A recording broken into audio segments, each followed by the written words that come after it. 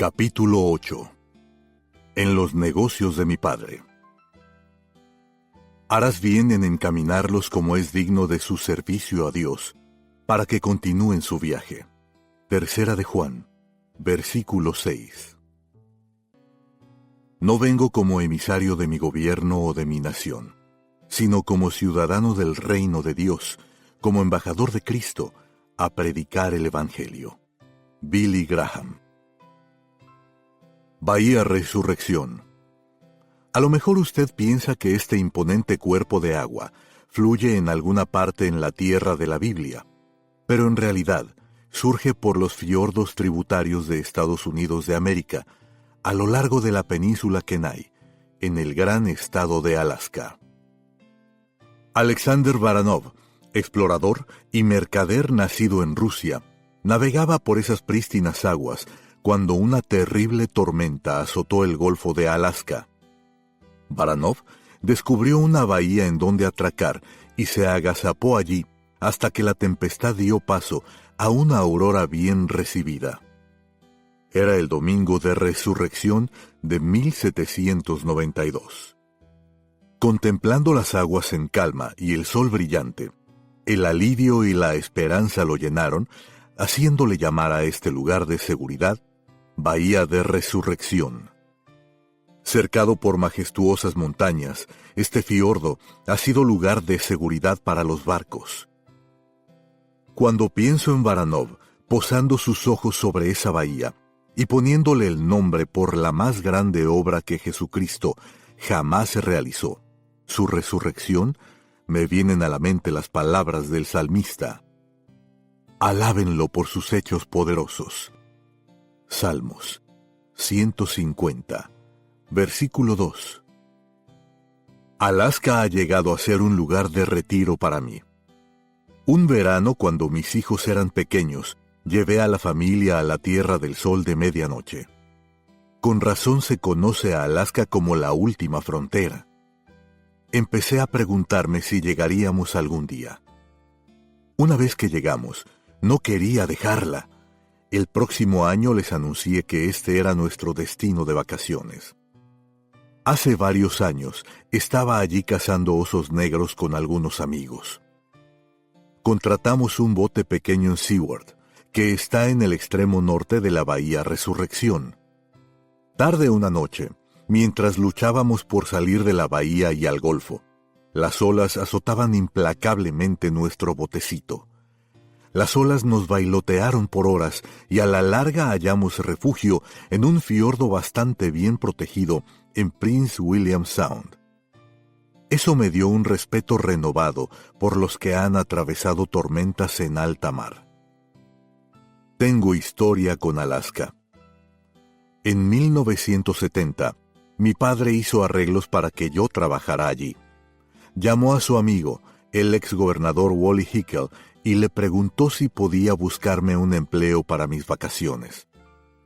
Nunca soñé que años más tarde yo sería dueño de un pedacito de la tundra de Alaska, y mucho menos que predicaría mi primera cruzada en Juneau, la capital estatal, con el finado Dr. John Wesley White. En 1984, mi padre tuvo una gran cruzada en Anchorage, la ciudad más grande de Alaska. 9 años después, me invitaron a que realizara una cruzada en la misma ciudad, durante la cual muchos llegaron a conocer a Jesucristo como su Salvador. Alaska es un sitio agreste de fascinación para los que viven allí. Cuando llega diciembre, parte de Alaska no ve el sol por varios meses. Tengo que decir que me alegro de estar de regreso en las montañas Apalaches, en donde los rayos del sol relucen por entre los árboles. Pero en junio, cuando el sol cuelga sobre Alaska noche y día, puedo pescar desde temprano en la mañana hasta muy entrada la noche, y todavía volver a mi cabaña junto al lago para poner la cena en la parrilla. Tengo maravillosos recuerdos de ir a pescar con mi padre en lagos y ríos. Pienso que por eso me entusiasmaba llevar a mis hijos a pescar cuando empezamos a ir de vacaciones a Alaska. Mi hija Sisi incluso disfrutó del deporte al aire libre y debería disfrutarlo. Quedó estupefacta cuando, pesando apenas 40 kilos, pescó un salmón rey de 30. Mis hijos y yo nunca le hemos ganado. Alaska es un sueño para el pescador. Durante mis visitas a este imponente estado, he aprendido mucho en cuanto a la pesca del finado George Lae, amigo y compañero de trabajo. Pescar requiere rendimiento, perseverancia y tacto. Para ser un buen pescador, es necesario estudiar la marea y observar con toda atención el estado del tiempo. Mi padre a menudo equiparaba la pesca a ganar almas. Para pescar hombres efectivamente, decía, tenemos que estudiar a Cristo. Jesús les dijo a sus discípulos, venid en pos de mí, y os haré pescadores de hombres. Mateo, capítulo 4, versículo 19. Jesús usaba la verdad de su palabra para atraer a los hombres a sí mismo. El Evangelio es el anzuelo que ensarta el alma perdida hambrienta. ¡Qué pesca! Cuando subo a mi botecito y lanzo el sedal a un sitio profundo, las olas se estrellan suavemente contra el bote mientras yo espero. El mecer de las olas calma el alma y a veces lleva mis pensamientos a otro punto de pesca, ubicado como a 300 metros bajo el nivel del mar. Su historia revela las más asombrosas y memorables crónicas de pesca, no debido a lo que pescaron, sino a los milagros que se extrajeron de sus aguas. Uno casi puede oír el agua estrellándose contra el barco de madera, y 7 pescadores en el mar, pescando a altas horas de la noche. Estaban en territorio familiar, haciendo una tarea acostumbrada en un cuerpo de agua que habían recorrido de punta a punta la mayor parte de sus vidas. Pero cuando la aurora rompió, sus redes estaban vacías y ellos estaban desalentados. «Hijitos», les llamó un hombre, «¿tenéis algo de comer?» Los hombres se respondieron, «No». Juan, capítulo 21, versículo 5. Echad la red a la derecha de la barca y hallaréis. Y cuando lo hicieron, no la podían sacar por la gran cantidad de peces. Versículo 6. Imagínese la emoción en la voz del discípulo cuando Juan le dijo a Pedro, «Es el Señor». Versículo 7. Allí, en la orilla, estaba el Cristo resucitado. Pedro, impulsivo, saltó por la borda. Estaba demasiado entusiasmado como para tratar de caminar. Sus extremidades deben de haberlo impulsado por el mar de Galilea como un motor fuera de borda de 200 caballos de fuerza. Sacó su cuerpo empapado del agua y corrió a Jesús. Como pescador frustrado yo mismo, puedo apreciar a los discípulos responsables que se quedaron atrás para arrastrar la red.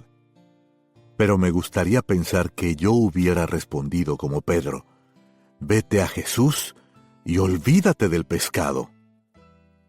Pero halló a Jesús preparando pescado y pan sobre brasas ardientes. Allí en la playa, los discípulos se sirvieron el desayuno juntos y disfrutaron de la comunión de su maestro y amigo. Echa el ancla. Antes de que Jesús volviera al cielo, todavía había algunas lecciones que estos hombres tenían que aprender en cuanto a los negocios de su padre. Jesús los había llamado hijitos. Había atendido a su hambre. Les había enseñado cómo pescar hombres y alimentar las almas. ¿Me amas más que estos?, le preguntó Jesús a Pedro.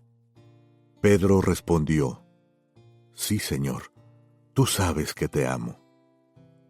Jesús le dijo a Pedro, «Apacienta mis corderos». Le hizo la pregunta a Pedro por segunda vez, y Pedro respondió lo mismo. Jesús le dijo, «Pastorea mis ovejas». Juan, capítulo 21, versículos 15 y 16. A un Pedro afligido, Jesús le hizo la pregunta por tercera vez. Pedro debe haber pensado en su negación de Cristo 3 veces antes de la crucifixión. Quería desesperadamente que el Señor supiera su profundo amor por él. Pero Jesús quería algo más que una simple declaración de amor humano. Era Pedro el que dirigiría a los discípulos de Jesús a dedicarse a los negocios de su Padre. Jesús quería que Pedro le amara más que la pesca. Quería que Pedro le amara a todo costo de placer y deseo. Quería de Pedro la devoción completa que sería necesaria para apacentar y pastorear sus ovejas.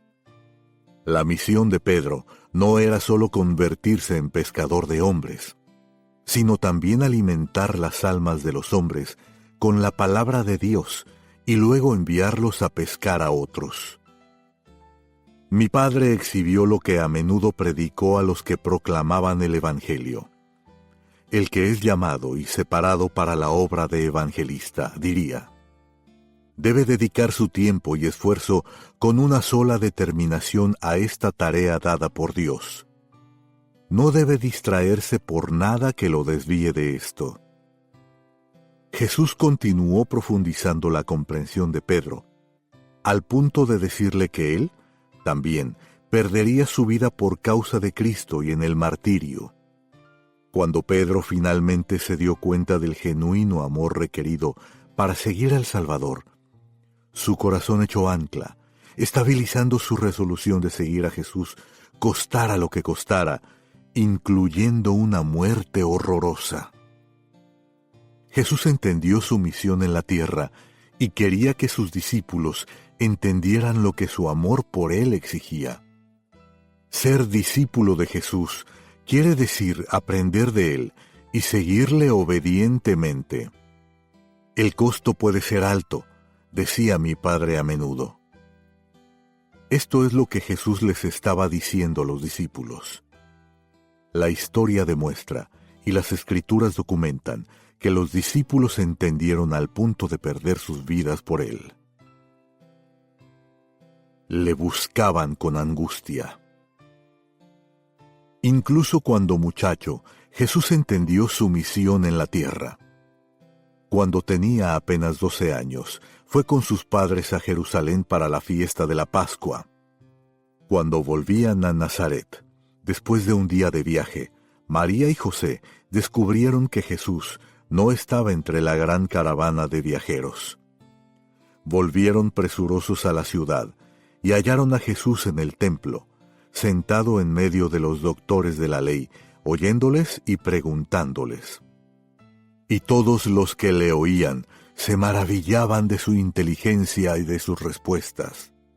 Lucas, capítulo 2, versículos 46 y 47. María le dijo, Hijo, ¿por qué nos has hecho así? He aquí, tu padre y yo te hemos buscado con angustia. Versículo 48. ¿Por qué me buscabais?, preguntó Jesús. ¿No sabíais que en los negocios de mi padre me es necesario estar? Versículo 49. Seguramente, María se daba cuenta de que llegaría el tiempo cuando su hijo enfrentaría el peligro, pero su corazón de madre no podía dejar de tratar de retenerlo hasta aquel día. Nuestra humanidad quiere aferrarse a lo que nos pertenece. No siempre comprendemos lo que Cristo espera de nosotros, pero como Pedro aprendió, debemos dejar a un lado todas las cosas a las que nuestras voluntades se aferran. Debemos venir a Jesús con corazones abiertos y manos abiertas a fin de poder dedicarnos a los negocios de nuestro Padre, impulsando a las almas perdidas a buscar con ansias a Jesús. Preocupación de un presidente. La historia de nuestro país tiene profundas raíces en la obra misionera. En el civilizado Estados Unidos de América, es difícil comprender el día cuando gran parte de nuestra nación le faltaba exploración y refinamiento. Desde los notorios exploradores Lewis y Clark, se cuenta el episodio en cuanto a Meriwether Lewis, que abrió el oeste de la nación siguiendo el río Missouri hasta su nacimiento, y luego cruzó las montañas rocosas para seguir el Columbia hasta el Océano Pacífico. Yo he seguido el río Missouri de San Luis a Montana en un avión, mirando hacia abajo sobre las orillas silvestres y escabrosas.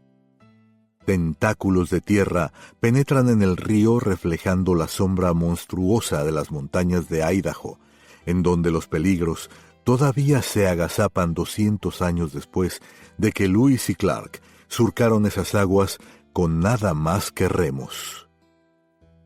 Lewis había recibido una comisión del presidente Thomas Jefferson para explorar el oeste, indicando que si no era recibido con hospitalidad, debía volver a la seguridad. Esto me hizo recordar el gran cuidado que Jesús mostró en su instrucción a sus discípulos al enviarlos en sus jornadas para llevar el Evangelio a Judea. Esto puso en su lugar el cimiento para más tarde ir a todo el mundo para esparcir las buenas noticias. Mas en cualquier ciudad o aldea donde entréis, informaos quién en ella es digno y posad allí hasta que salgáis. Y al entrar en la casa, saludadla.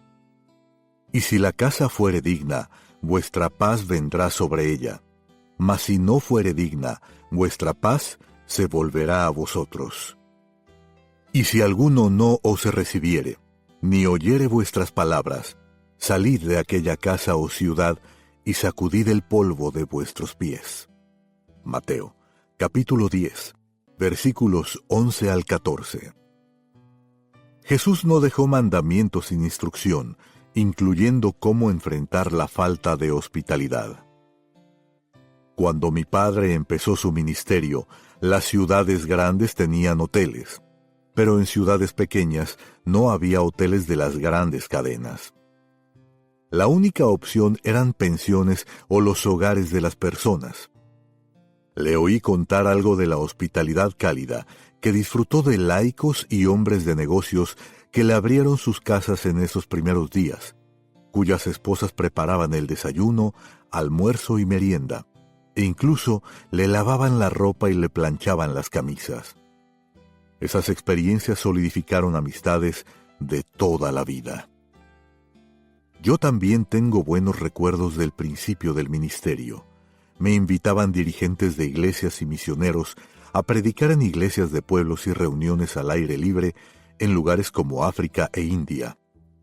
Aquellos servidores fieles abrieron sendas para el Evangelio en algunos de los rincones más oscuros del mundo. Me abrieron sus brazos en espíritu cristiano que abría el alma y deja en el corazón una huella duradera de la hospitalidad del Señor. Pero hubo ocasiones en que me hallé en territorio hostil y tuve que sacudirme más que el polvo de los zapatos. He tenido que arrastrarme por zanjas lodosas por la frontera de Camboya después de un ataque con mortero, y me he agazapado por la línea verde de Beirut, conocida como el callejón de los francotiradores, para escapar del peligro. Viajar por los lugares candentes del mundo me dio una vista de primera mano de lo que soporta el pueblo de Dios. Mi trabajo con Samaritan's Purse se edificó sobre el ministerio del Dr. Bob Pierce, fundador del ministerio y amigo de mis padres. El Dr. Pierce tenía un corazón grande y compasivo. Mi padre me animó a viajar con él y aprender de él.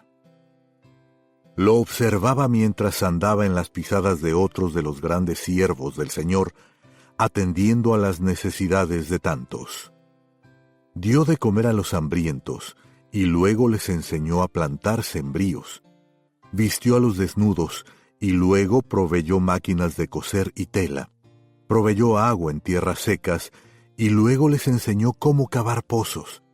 Envió medicina a los enfermos y luego presentó a los médicos el reto de considerar las misiones médicas. Se preocupó por los huérfanos y las viudas, tal como Jesús ordenó. Cuando murió de leucemia en 1978, me sentí indigno cuando se me pidió que asumiera el liderazgo de Samaritan's Purse, una organización pequeña en ese tiempo, con solo 2 secretarias que renunciaron cuando yo acepté. A los 26 años no estaba seguro de cómo empezar. Mi padre me señaló las pisadas de los que habían ido antes. La obra cristiana de auxilio ha cambiado drásticamente, pero sin que importe a dónde voy, las pisadas de los que fueron antes de nosotros todavía son evidentes hoy. He visto a médicos abandonar todas las conveniencias modernas para seguir en los pasos de David Livingstone en África, a traductores de la Biblia seguir en las pisadas de Juan Wycliffe, a misioneros empacar y mudarse con sus familias a los rincones más lejanos de la tierra. Samaritan's Purse ha colocado enfermeras, médicos, maestros, técnicos, excavadores de pozos y un ejército de voluntarios sobre las huellas del pasado, a fin de llevar el Evangelio al futuro. Gracias, Billy Graham. Mis padres me estimularon en todo este trabajo. Yo había adquirido experiencia en viajes internacionales y aprendido mucho en cuanto a cómo la política internacional podía ayudar o estorbar nuestros esfuerzos en el extranjero. Así que, naturalmente, consideré un gran privilegio cuando mi padre me pidió que le acompañara a Europa Oriental en varias ocasiones en la década de los 80. Él había hablado abiertamente en cuanto al comunismo, el cual no era muy diferente al secularismo actual, y la amenaza que significaba para el mundo. Especialmente se preocupaba por el estado de la Iglesia en los países del bloque comunista. Las tensiones políticas estaban en punto febril y la persecución de los cristianos detrás de la cortina de hierro se había extendido.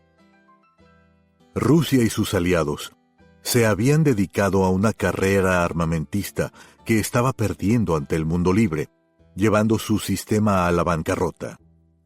El presidente Ronald Reagan había preparado una nueva estrategia llamada Star Wars, la Guerra de las Galaxias, iniciativa defensiva que Estados Unidos de América querían establecer a fin de proveer un escudo de protección contra proyectiles soviéticos.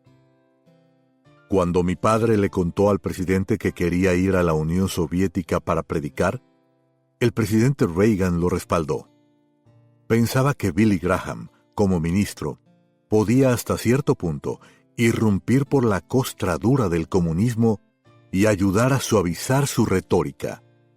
Mi padre oraba que el resultado fuera la libertad de religión para los de la fe. Cuando fue a Europa Oriental, quiso identificarse con la iglesia perseguida. Algunos de los medios seculares de comunicación quisieron ponerle una trampa y trataron de hacerle decir algo negativo que socavaría su misión de predicar el Evangelio. Le preguntaron, ¿vio usted alguna persecución? Mi padre respondió, no. No había visto nada de eso, pero él sabía que la había. También sabía que el gobierno anfitrión nunca le permitiría ver la persecución. Por donde quiera que fue, el hambre espiritual y la apertura se manifestaban con claridad evidente en las multitudes que se aglomeraban en las calles y se reunían en las terrazas de los edificios. Gritaban, «¡Gracias, Billy Graham!». Su visita los animó en sus horas oscuras, pero esperanzadas en que la libertad de religión era posible. Yo miraba, escuchaba y observaba todo lo que podía. Anduve en la sombra de las pisadas de mi padre por toda la región. A su lado me senté en reuniones con jefes de Estado y líderes de la Iglesia en Rumanía, Hungría y la Unión Soviética. Aprendí tremendas lecciones de él mientras trataba con pensadores astutos. Mi padre parecía hallar puntos de interés para interactuar con los que se oponían a su fe personal en Dios. Escuchaba con atención sus puntos de vista y cuando se le daba la venia, daba un empujón para abrir la puerta para el diálogo. Lo hacía con respeto y con amor. Su ministerio en Europa Oriental habría sido imposible si Dios no hubiera puesto al doctor Alexander Arasti en su vida. Este consejero nacido en Hungría era un hombre brillante que ostentaba 5 títulos, uno de ellos en comunismo. También era médico especializado en cirugía y hablaba múltiples idiomas. El doctor Arasti se convirtió en el estratega para abrir el camino a los países del bloque oriental. Conocía la mente comunista y entendía justo en dónde poner a Billy Graham por la causa del Evangelio. En tanto que mi padre se sentía privilegiado al obtener entrada en estos países que se morían de hambre espiritualmente, todo eso fue con mucho temor y temblor. Pasamos mucho tiempo juntos con este equipo orando que Dios revelara maneras específicas para presentar el Evangelio. Había incertidumbres de que se usaría a mi padre para propaganda. En ocasiones, él sintió ansiedad de que pudiera, sin saberlo, hacer acomodos en el mensaje. Lo que más me influyó fue oírle, sin falta, presentar a Jesucristo. Con claridad se dedicó a los negocios de su padre. Los resultados fueron a menudo como los que obtuvo el apóstol Pablo. Algunos se rechazaron por completo la verdad, mientras otros fueron receptivos, pero nosotros sabíamos que se había dado a conocer la palabra de Dios. Recuerdo la tensión que experimenté cuando tomé asiento en la primera reunión con nuestros anfitriones comunistas en Moscú. Me asombró ver con qué maestría mi padre derritió la fachada de hielo de aquellos hombres. Empecé a relajarme al observar a un embajador de Cristo trabajando, maravillándome por su humor gentil y lleno de gracia, sonriendo por su capacidad de relacionarse personalmente. Sea mediante preguntas en cuanto a la familia de ellos o preguntando cómo pasaban ellos su tiempo de diversión, él siempre tenía su manera de abrigar unos corazones más bien fríos. Díganos algo nuevo. La visita de Pablo a Atenas fue un pasaje bíblico estimulante para mi padre, especialmente al viajar por Europa Oriental. El apóstol Pablo estaba en Atenas esperando la llegada de Silas y Timoteo. Mientras estaba en aquel centro religioso de Grecia, se dedicó a los negocios de su padre. Vio que la ciudad estaba llena de ídolos. Allí se adoraba a todos los dioses que el hombre podía concebir. La Biblia dice que Pablo discutía en la sinagoga con los judíos y piadosos y en la plaza cada día con los que concurrían. Hechos, capítulo 17, versículo 17. Un gran movimiento actual en la llamada iglesia emergente es algo a lo que se hace referencia como el mercado de ideas. No hemos visto ninguna idea que emerja en que ya no se hubiera pensado en Atenas. La Biblia registra ese encuentro, y algunos filósofos de los epicúreos y de los estoicos disputaban con Pablo, y unos decían, ¿qué querrá decir este palabrero? Y otros, parece que es predicador de nuevos dioses, porque les predicaba el Evangelio de Jesús y de la resurrección. Versículo 18. Llevaron, pues, a Pablo al tribunal para interrogarle.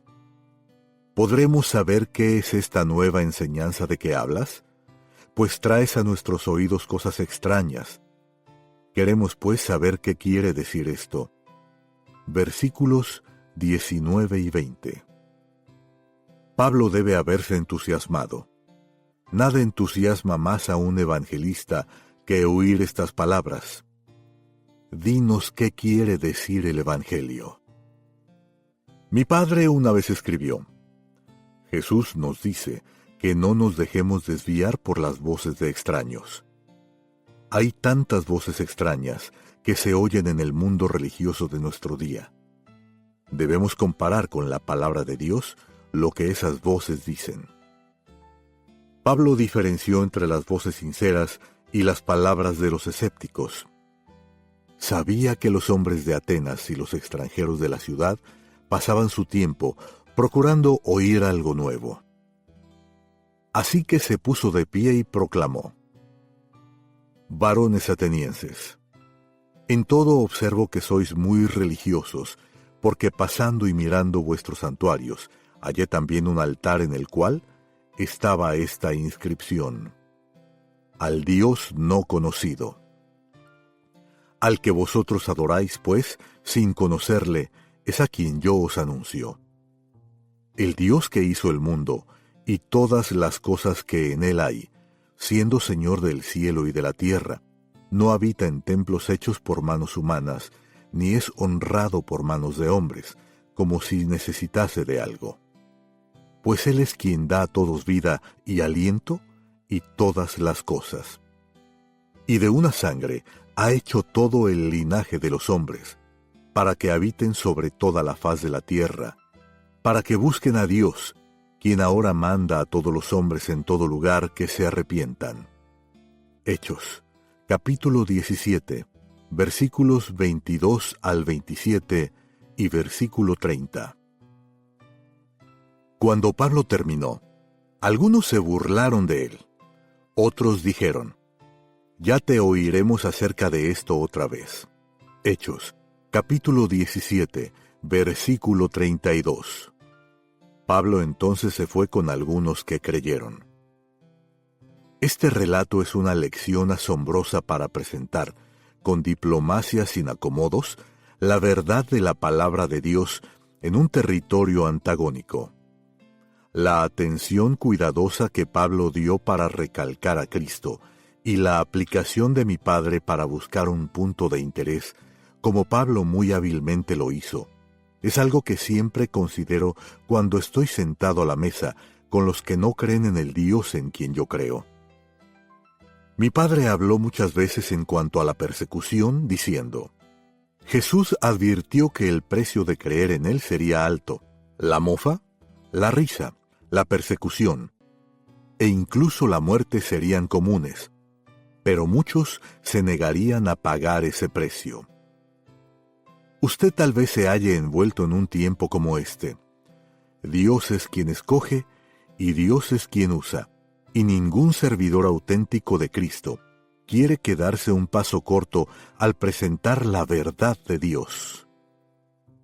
El doctor Charles Stanley, que fue un buen amigo de mi padre y a quien escuchaba los domingos por la mañana, se despide del aire con esta declaración: Obedezca a Dios y déjele a Él todas las consecuencias. Algo válido nunca envejece. Antiguamente, la gente anhelaba oír algo nuevo, y nuestra sociedad de hoy no es diferente. La cultura actual persigue lo mismo: una nueva experiencia, una nueva emoción, un nuevo conocimiento, nuevas relaciones personales. El problema es que las personas están buscando en el lugar equivocado. Los reporteros corren detrás del último hecho noticioso para conseguir la exclusiva. Los paparazzi se disfrazan para conseguir una foto única en su clase. Las cámaras de video revolotean en un helicóptero encima de algún acontecimiento social para captar una reunión privada. Todo el mundo está buscando la emoción singular de la vida. A mi madre siempre le encantó buscar antigüedades. En tanto que esto sigue siendo un gran negocio, nunca he visto a una multitud fuera de una tienda de antigüedades. Pero vaya a Walmart o a Best Buy por lo más reciente o lo más grande, y le garantizo que no le será fácil encontrar dónde estacionar su automóvil. A menudo la gente anda en busca de lo que no se puede comprar. Todo lo que necesitan estos es mirar la vieja historia del amor de Jesús, que se hace nuevo para todo el que cree en Él y sigue sus pasos. Toda generación encuentra lo viejo y lo nuevo. La generación de mis abuelos experimentó la explosión del transbordador espacial Discovery con las invenciones de la electricidad, teléfonos, vehículos impulsados por gasolina y cosas por el estilo. Cuando ellos nacieron, los hombres viajaban a caballo y en carretas. A la vuelta del siglo XX, los ministros eran predicadores itinerantes de circuito que viajaban a lomo de caballo de ciudad en ciudad, de iglesia en iglesia, pastoreando muchos rebaños. Antes de que mis abuelos murieran, los hombres caminaron en la luna. La entrega de correspondencia pasó del Pony Express, que tardaba de 10 a 12 días para entregar una carta, a la entrega de la noche a la mañana. Hay un fragmento pequeño de esa generación que todavía vive y que ahora se jacta de comunicarse por correo electrónico. La magnitud de los cambios hubiera parecido estrafalaria a fines del siglo XIX. La generación de mis padres experimentó la explosión de población y los viajes supersónicos. La forma de vida pasó de viajar en trenes y barcos que llevaban semanas y meses a reactores que pueden ir de un lado al otro del océano en pocas horas. Muchos dicen que a esa generación no les gustaba el cambio. De hecho, la verdad es que ellos vieron más cambio tal vez que cualquier otra generación. A lo mejor debemos considerar su sabiduría al darse cuenta de que muchos de los cambios en nuestra cultura actual son malos para la sociedad. El cambio no es siempre algo bueno. Mi generación experimentó la explosión de comunicación con el desarrollo de computadoras personales, teléfonos celulares, redes sociales y la idea de que la gratificación instantánea da felicidad. La generación joven actual ha experimentado la edad inalámbrica en la explosión de información que ha puesto en movimiento una cultura de desencanto y entretenimiento. El popular programa 60 Minutes, 60 minutos, de la cadena CBS, llama a la última generación del siglo XX la generación del milenio. Lo tienen todo y no saben cómo arreglárselas si no lo consiguen rápido. El concepto de esperar por algo es ajeno a ellos. Sentado con mi padre en su porche del frente una cálida noche de verano, disfrutábamos de un trozo de sandía helada. Él parecía reflexionar al mirar al otro lado del tranquilo valle Shenandoah. Franklin, me dijo, el mundo que conocí cuando muchacho ha desaparecido. Ni siquiera entiendo el mundo en que vivo hoy. Me ha dejado atrás. Y sin embargo, hay muchos en la actual generación joven que desean entender el significado de la vida. Algunos buscan en vano. Otros buscan hasta que hallan que una relación personal con Dios por su Hijo Jesucristo llena el vacío de sus vidas. Fue por esta razón que Billy Graham jamás perdió su visión por los jóvenes. Entendía las necesidades de que las almas se reconcilien con Dios. Satisfacer nuestros deseos no puede llenar el anhelo espiritual del corazón. Habiendo pasado sus primeros años con Juventud para Cristo, se preocupaba en tener siempre un énfasis juvenil durante sus cruzadas. Ya fuera mediante un testimonio con el cual los adolescentes pudieran identificarse o mediante música especial, nunca dejó de recordar que los jóvenes de hoy serán los líderes mañana. La persecución crece. Mi generación ha sido bendecida con la facilidad del transporte supersónico, los restaurantes de comida rápida y los hoteles convenientes junto a las autopistas. Para mí, son unos tristes sustitutos de mi camioneta y de mi casa en las montañas, aunque me permiten cubrir mucho territorio en breves periodos de tiempo. Cuando empecé a predicar, dormía en algún sofá-cama en la sala de alguien y me despertaba ante ojos curiosos de pequeños. Hasta hoy, cuando viajo a lugares rústicos, arreglárselas como uno pueda es todavía una forma de vida. Al abrirnos paso por las carreteras minadas de Angola y avanzar por los pantanos de Indonesia. Oramos para llegar seguros. No es raro irse a la cama bajo un mosquitero, mientras uno mantiene un ojo vigilante en una serpiente que se desliza por el techo de paja encima del catre. Tal es el caso cuando viajo a partes remotas del mundo dedicado a los negocios de mi padre. Como mi padre, que alcanzó a la iglesia perseguida en Europa Oriental, yo he tratado de hacer lo mismo en el mundo islámico.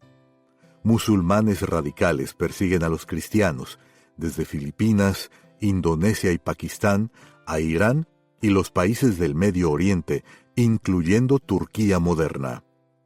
A los cristianos se les asesina, se queman sus iglesias y la persecución crece. Señor presidente, ustedes erraron. Como el agua fría al alma sedienta, así son las buenas nuevas de lejanas tierras. Proverbios 25, versículo 25. Samaritan's Purse ha estado llevando las buenas noticias a Sudán, en donde la guerra civil ha estado rugiendo por más de 30 años y los musulmanes del norte masacran a los cristianos negros del sur. Mientras la lucha asolaba la zona rural, pasó a segundo plano ante el conflicto sangriento en Darfur, ubicada en la parte norte del país. Por algún tiempo había estado animando a nuestro liderazgo político para que negociara con el gobierno de Sudán por el bien de vidas inocentes. En un lugar llamado Lui, en el sur del Sudán, construimos un hospital para servir a la población local azotada por años de guerra.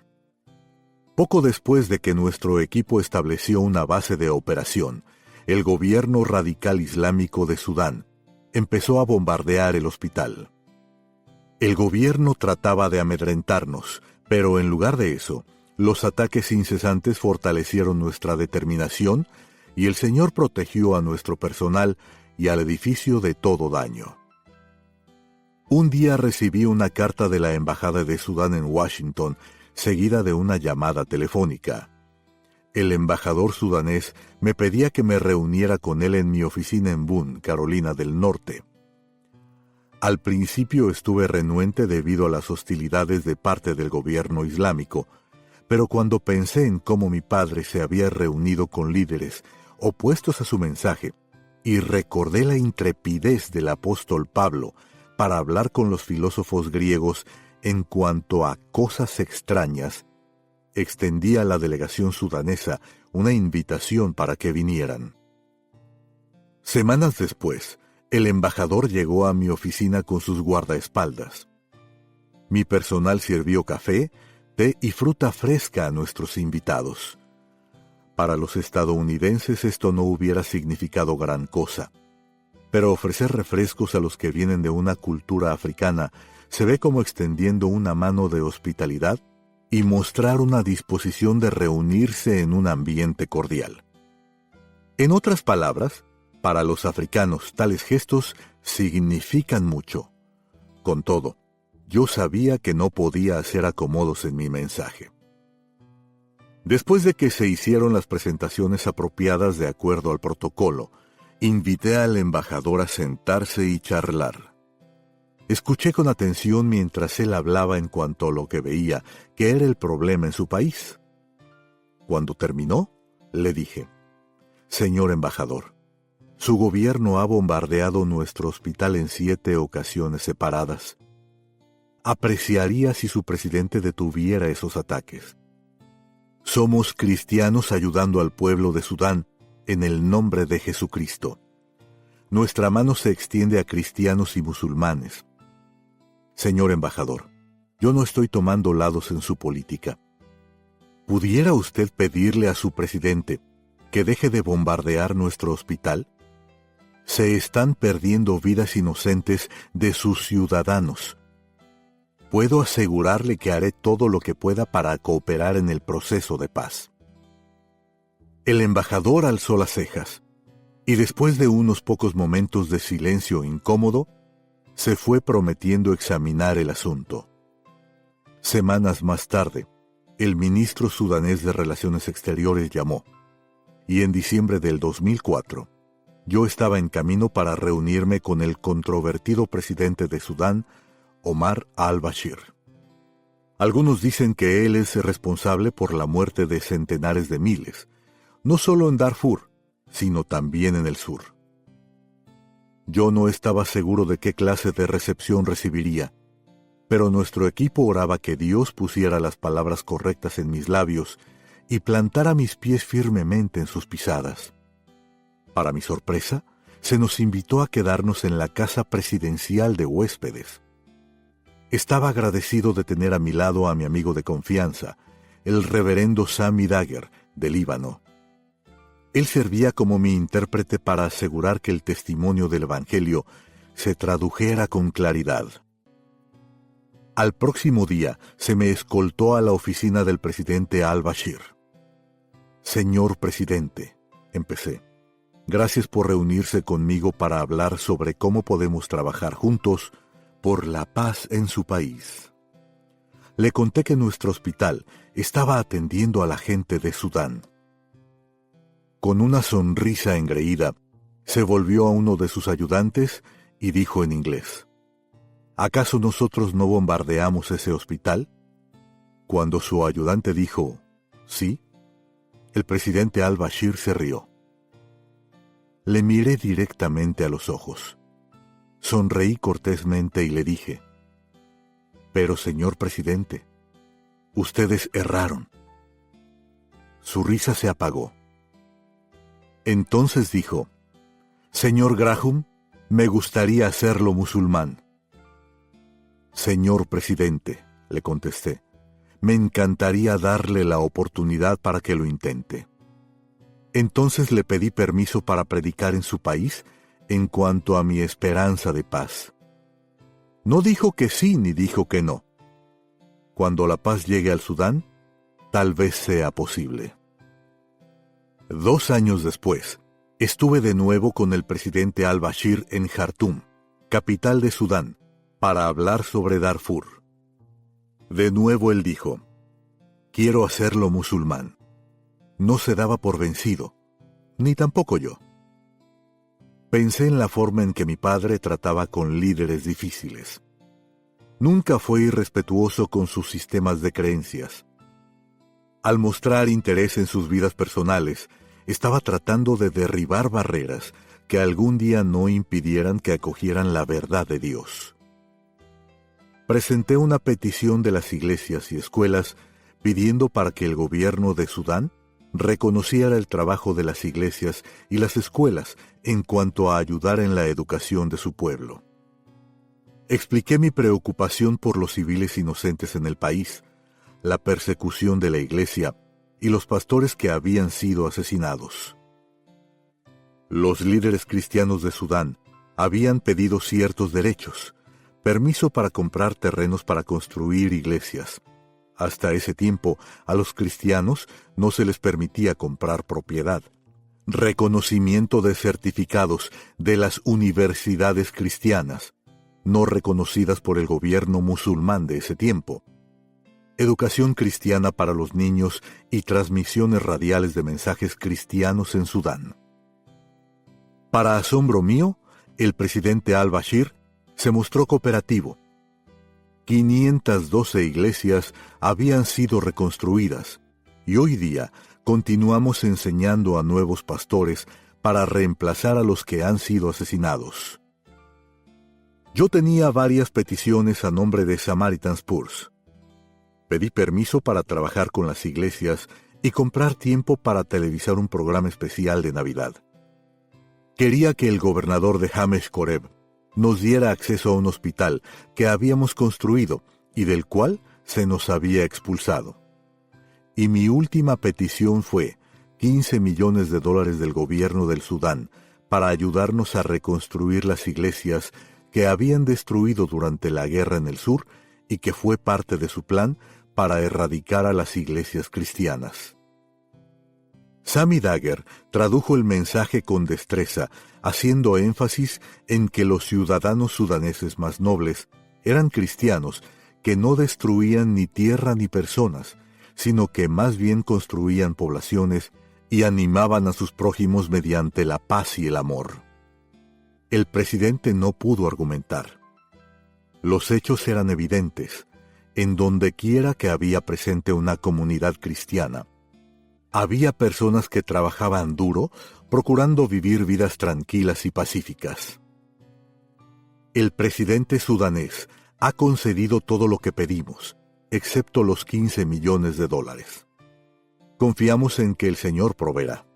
Solo Él sabe cuánto tiempo estará abierta la puerta para iniciar iglesias en esta asolada nación africana. Hay personas por todo el mundo orando diligentemente por los seguidores de Cristo en Sudán que han aprendido, a gran costo, lo que es vivir por Cristo. Los radicales islámicos dentro del gobierno de Sudán habían dicho algún tiempo atrás que deseaban extirpar a la iglesia cristiana en todo Sudán e instituir la ley Sharia.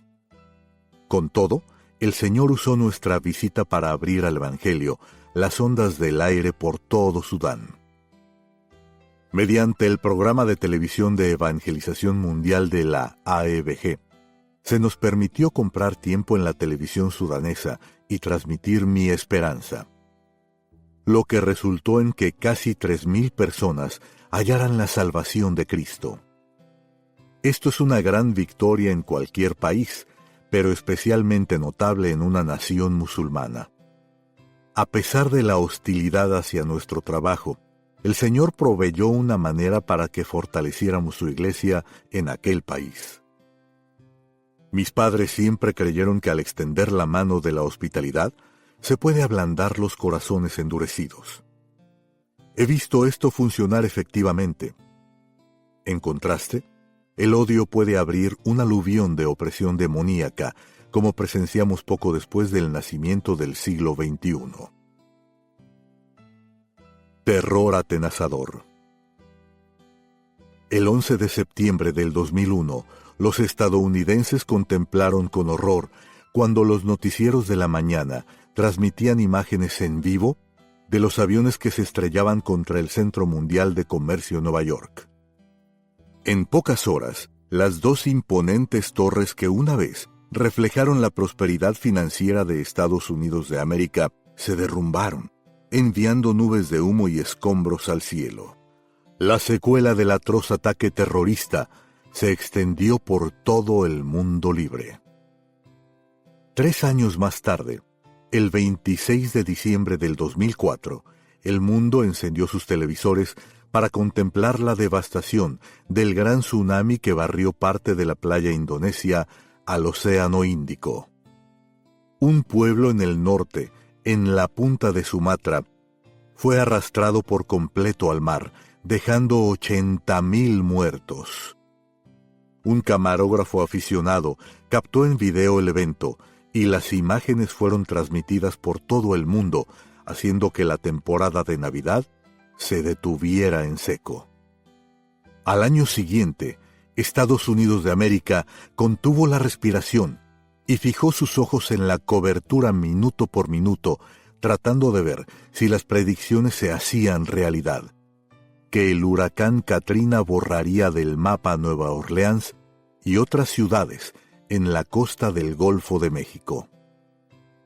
He aprendido muchas cosas al observar cómo trabajaba mi padre, dedicado a los negocios del reino en el nombre del Señor Jesús. Cuando la tragedia ataca, una cosa es siempre cierta. Los tiempos difíciles hacen que la gente piense en Dios. Para los seguidores de Cristo, los tiempos de adversidad proveen oportunidades para hablar del amor de Cristo y del perdón a los angustiados. En su libro Aviso de Tormenta, mi padre escribió: «El mundo entero está en conflicto. Vivimos en una época de enormes conflictos y de transformación cultural. Hemos quedado atónitos por las olas de choque alrededor del globo, mientras que los mundialistas continúan en su cantaleta de paz, paz. Debemos recordar que la Biblia dice que no puede haber paz duradera hasta el retorno de Cristo. Mi deseo ha sido, mediante la AEBG y Samaritan's Purse, dedicarme a los negocios de mi padre en respuesta a las necesidades que llegan, llamando a nuestra puerta a velocidad vertiginosa. Casi ni podemos abrir un centro de respuesta antes de que otra tragedia acontezca. Pero en todo eso, Dios provee la capacitación, proveyendo los fondos mediante su pueblo y poder mediante las oraciones de los santos. Mi padre escribió que cuando las tormentas vienen, no tenemos que depender de las circunstancias que nos rodean, sino más bien de los recursos de Dios. Siempre oró que Dios abriera las puertas para la proclamación de la palabra. Colosenses, capítulo 4, versículo 3. Y muchas veces las puertas abiertas llevan derecho a corazones atormentados y en problemas. Samaritan's Purse ha provisto ayuda práctica en tiempo de angustia, y la AEBG ha provisto consuelo espiritual mediante programas como nuestros equipos de respuesta rápida. Nos hemos visto abrumados por la reacción de todas partes de Estados Unidos y Canadá. Personas que quieren tomar sus vacaciones o licencia de su trabajo para trabajar voluntariamente con nuestros ministerios, que sirven en alguna parte cada año, ayudando a los que están en aguda necesidad. Días después del ataque terrorista en 2001, el presidente llamó a mi padre para que se dirigiera a la nación pidiendo que la gente orara. Mientras él se preparaba para hablar, yo me hice cargo de los asuntos de mi padre, preparando consejeros y obreros de auxilio para que fueran a Nueva York para consolar a los sufrientes, almas heridas y agotadas que necesitaban la seguridad de que, con todo, Dios todavía las amaba. El 14 de septiembre de 2001, mi padre habló en la Catedral Nacional de Washington en presencia del presidente George W. Bush y de otros 4 de los 5 expresidentes vivos, Gerald Ford, Jimmy Carter, George H. W. Bush y Bill Clinton. En la secuela del tsunami, Billy Graham envió ayuda financiera de la AEBG a la región, y yo despaché un equipo de Samaritan's Purse para que llevara provisiones de socorro a la gente de India y países vecinos. Todavía estamos viendo a Dios obrando por su pueblo, que están alcanzando a aquellos cuyas vidas han sufrido gran pérdida. De mi padre aprendí la importancia de una respuesta rápida en tiempos de crisis. Cuán bien recuerdo el gigantesco ciclón que azotó el sur de India en 1977. Mi padre llegó la misma semana para tener una campaña. Al ver la devastación provocada por aquel feroz temporal, sintió la abrumadora necesidad de ayudar. El presidente de India proveyó un helicóptero para que mi padre pudiera recorrer la región devastada. Cuando él vio los destrozos, prometió reconstruir uno de los pueblos. Vi con mis propios ojos cómo esto abrió las puertas para el ministerio y los corazones para el evangelio. Samaritan's Purse y la AEBG responden en pocas horas a las tragedias, trabajando mediante las iglesias locales y aliados cristianos para reconstruir pueblos, iglesias, viviendas, escuelas y hospitales en el nombre de Jesús. Creo que muchas veces Dios permite estas aturdidoras tragedias para guiar a los perdidos a Jesucristo y mantener a los suyos dedicados a los negocios de su Padre. De catástrofes a cruzadas. En los últimos años de su ministerio, Billy Graham cubrió Estados Unidos de América de costa a costa, de Los Ángeles a Nueva York. Aunque su deseo de predicar nunca se redujo, su cuerpo debilitado no podía mantenerse a la par de ese deseo. Su última cruzada la llevó a cabo en 2005 en Flushing Meadows, Nueva York. Yo trataba de persuadirlo de que se mantuviera ocupado, pero él, con un gentil regaño, me decía: «Franklin, no entiendes, ya no tengo la fuerza». espera a que pases de los 80. Fue lo suficiente sabio para saber cuándo había llegado el momento de descansar. Cada vez que visitaba a mi padre, regresaba a casa sintiéndome yo mismo más débil, deseando poder ayudarle a terminar con fuerzas. Regresando un día a Boone, no podía quitarme de la cabeza el pensamiento: ¿cómo puedo ayudarle a seguir haciendo lo que su alma anhela hacer? Predicar. Hablé con él un día y le dije: ¿considerarías predicar por lo menos una noche en cada una de mis cruzadas este año, si te sientes con fuerza?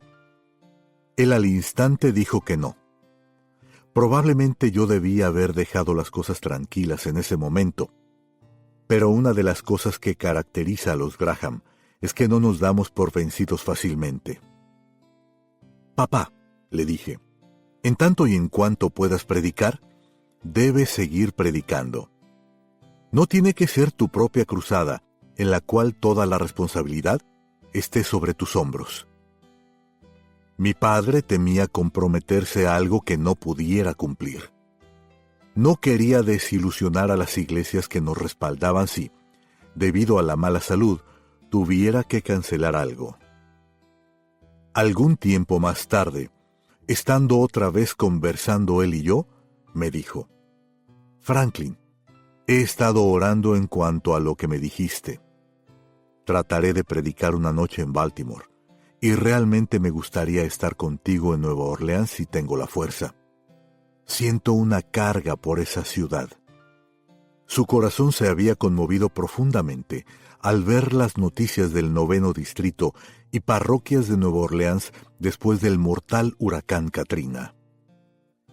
Las iglesias locales me habían invitado para que realizara un festival de esperanza un fin de semana en Nueva Orleans, conocida como la ciudad de la media luna, para llevar un mensaje de consuelo a las personas de la región que habían perdido seres queridos, viviendas, empleos y toda esperanza.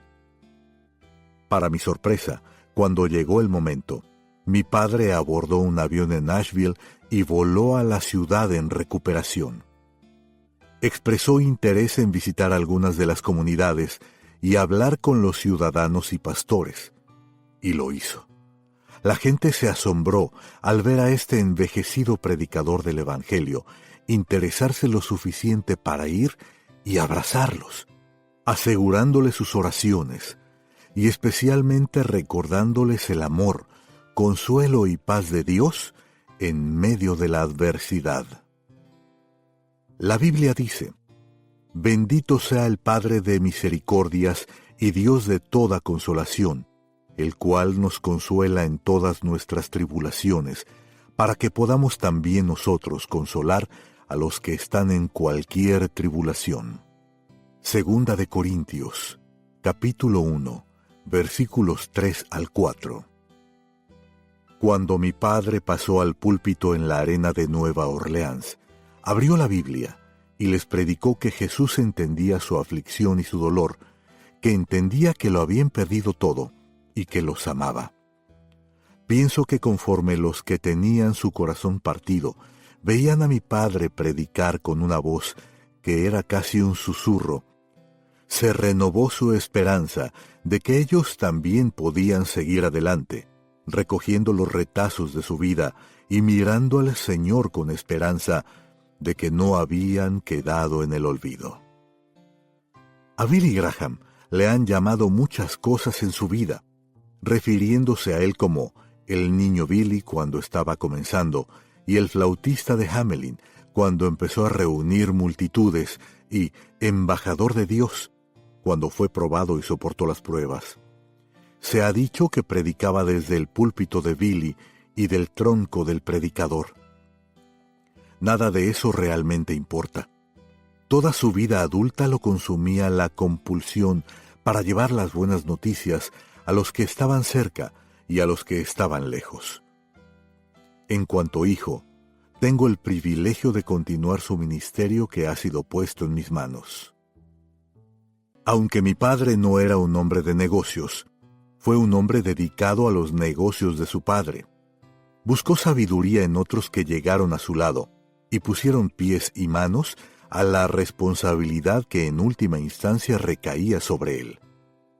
Él escogió con todo cuidado hombres y mujeres que tenían su misma visión, y ellos le ayudaron a llevar la carga de administrar la parte de negocios de una de las organizaciones cristianas más grandes y más respetadas del mundo para la gloria de Dios. Con el respaldo de su junta de directores, mi padre me confió la tarea de guiar a la AEBG al siglo XXI.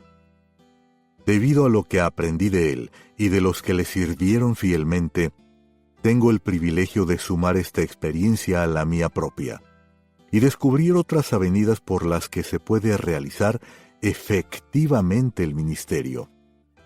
Para asegurar la más alta integridad ante el gobierno y el público, notando el requisito bíblico de los administradores que cada uno sea hallado fiel.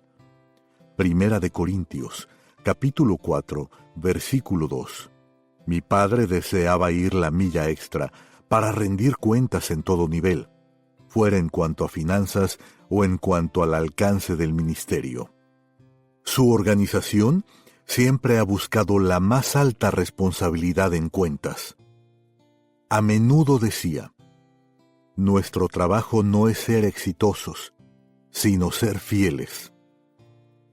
Mi oración es que nosotros, a quienes se nos ha dado el liderazgo de este ministerio, también seamos hallados mayordomos fieles, de modo que los que están observando nos digan del trabajo hecho: es tu mano, tú, Jehová, has hecho esto. Salmos 109, versículo 27. ¿Cuál es el nombre del Hijo? Dios no solo habló para que las Escrituras existieran, sino que también nos instruye hoy. La humanidad tiene muchas preguntas y Dios tiene las respuestas. Hay 2 libros del Antiguo Testamento escritos por padre e hijo que contrastan el fracaso del hombre y la fidelidad de Dios. El rey David escribió muchos de los salmos, y su hijo el rey Salomón escribió mucho del libro de sabiduría. Proverbios. Sus escritos arrojan luz en cuanto a dedicarse a los negocios del Padre. El libro de Proverbios nos habla de un hombre que tenía muchas preguntas. Estaba buscando la verdad en cuanto a la creación y al Creador. Luego hizo unas cuantas preguntas asombrosas. ¿Quién subió al cielo y descendió? ¿Quién encerró los vientos en sus puños? ¿Quién ató las aguas en un paño? ¿Quién afirmó todos los términos de la tierra? ¿Cuál es su nombre y el nombre de su hijo, si sabes? Proverbios 30, versículo 4. Cuando leo este pasaje, quiero gritar a voz en cuello: yo conozco su nombre, se llama Jesús, quiero hablarte de él.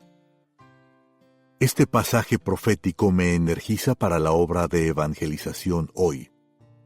Solo mediante el poder del Espíritu Santo puedo declarar la verdad. ¿Cuál es el nombre del Hijo? El Señor Jesucristo. Todavía hoy Él está dedicado a los negocios de su Padre. ¿Lo estamos nosotros?